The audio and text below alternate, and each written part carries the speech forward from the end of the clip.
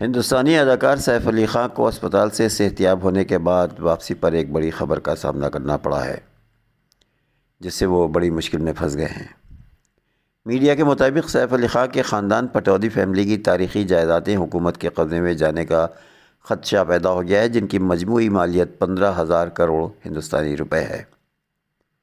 Madhya Pradesh high court نے ایک اہم فیصلہ دیتے ہوئے 2015 میں ان جائیدادوں پر عائد حکم امتناعی کو ختم کر دیا ہے، جس سے ممکنہ طور پر اینمی پراپرٹی ایکٹ 1968 کے تحت ان جائیدادوں پر قبضے کی راہ ہموار ہو گئی ہے۔ اینمی پراپرٹی ایکٹ کے تحت بھوپال میں پٹودی خاندان کی 15,000 کروڑ روپے کی جائیداد پر حکومت کنٹرول حاصل کر سکتی ہے۔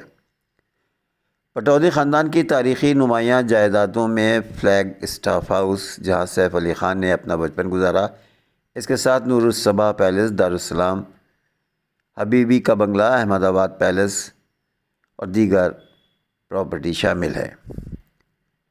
جسٹس وویک اگروال نے حکم سناتے ہوئے کہا کہ ترمیم شدہ اینمی پراپرٹی ایکٹ 2017 کے تحت ایک قانونی علاج موجود ہے اور متعلقہ فریقوں کو 30 دنوں کے اندر نمائندگی داخل کرنے کی ہدایت کی ہے۔ عدالت نے مزید کہا کہ اگر آج سے 30 دنوں کے اندر کوئی نمائندگی دائر کی جاتی ہے تو اپیل اتھارٹی تک حد کے پہلو کی طرف اشارہ نہیں کرے گی اور اپیل کو اپنے میرٹ پر نپٹائے گی۔ اینمی پراپرٹی ایکٹ مرکزی حکومت کو ان افراد کی ملکیت کا دعویٰ کرنے کی اجازت دیتی ہے جو تقسیم کے بعد پاکستان ہجرت کر گئے تھے۔ میڈیا کی رپورٹس کے مطابق بھوپال کے آخری نواب حمید اللہ خان کی 3 بیٹیاں تھیں۔ ان کی سب سے بڑی عابدہ سلطان 1950 میں پاکستان ہجرت کر کے گئیں۔ دوسری بیٹی ساجدہ سلطان ہندوستان میں رہیں اور نواب افتخار علی خان پٹودی سے شادی کی اور قانونی وارث بنی۔ ساجدہ کے پوتے سیف علی خان کو جائیدادوں کا حصہ وراثت میں ملا، تاہم عابدہ سلطان کی ہجرت حکومت کی طرف سے جائیدادوں پر دشمن کی ملکیت کے دعوے کا مرکز بن گئی۔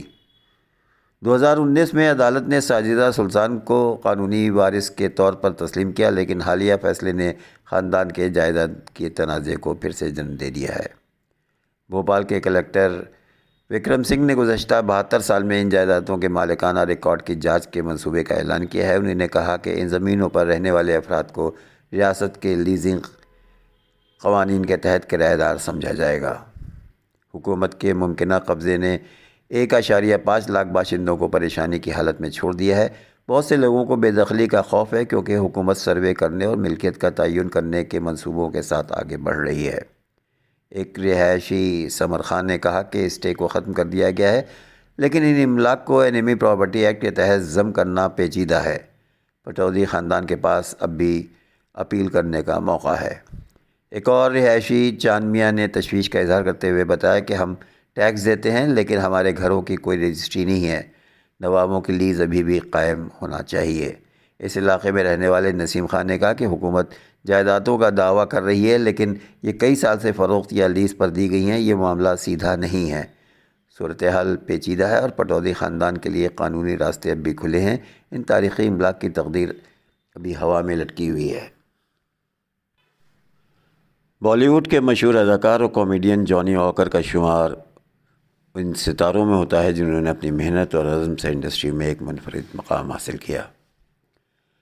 جانی واکر نے اپنی زندگی میں نہایت مشکل وقت دیکھا۔ وہ کبھی انڈے اور مونگ پھلی بیچ کر گزر بسر کرتے تھے، لیکن ان کا عزم اور شوق انہیں بالی ووڈ کی بلندیوں تک لے گیا۔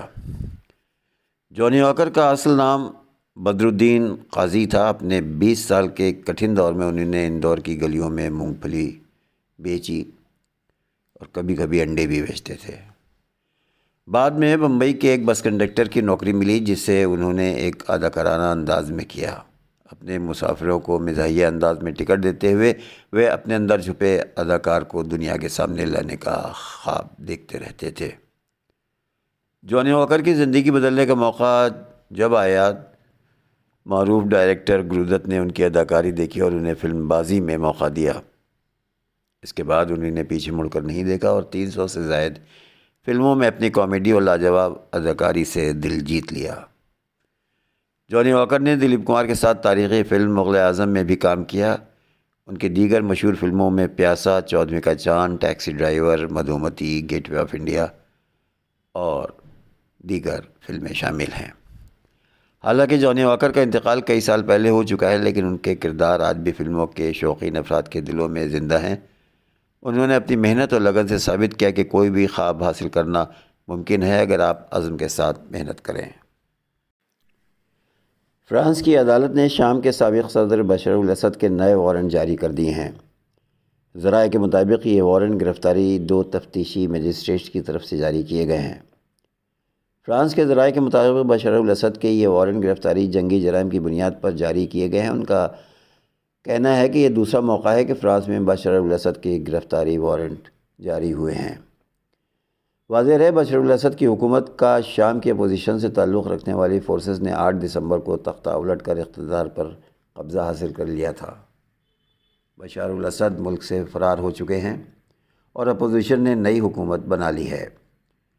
وارنٹ گرفتاری جاری ہونے کے بعد بشار الاسد اس خطے کے دوسرے بڑے لیڈر ہیں جن کو جنگی جرائم میں وارنٹ گرفتاری کا سامنا ہوا ہے۔ ان سے پہلے اسرائیلی وزیر اعظم نیتن یاہو کے اپنے سابق وزیر یووا گلینٹ سمیت بین الاقوامی فوجداری عدالت نے وارنٹ جاری کیا تھا۔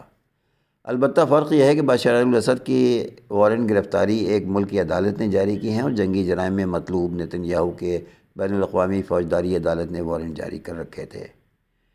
ان ذرائع کے مطابق بشار الاسد پر الزام ہے کہ وہ فوج کے کمانڈر ان چیف تھے اور شامی فوج نے 2017 میں شام کے ایک شہر درہ میں بمباری کر کے ایک شہری کو ہلاک کر دیا تھا۔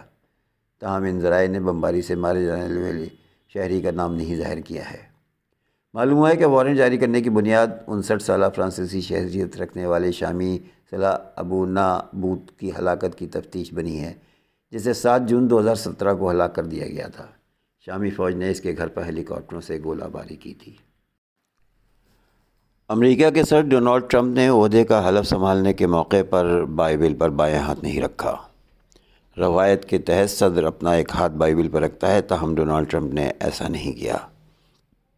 سپریم کورٹ کے چیف جسٹس جان رابرٹس نے ڈونلڈ ٹرمپ سے عہدے کا حلف لیا۔ اس موقع پر صدر کی اہلیہ میلانیا ٹرمپ 2 بائبل تھامے کھڑی رہیں۔ امریکی میڈیا کے مطابق یہ دونوں بائبلز وہ نہیں تھے جو ٹرمپ بائبل کہلاتی ہیں اور جو $60 میں فروخت کی جا رہی ہیں۔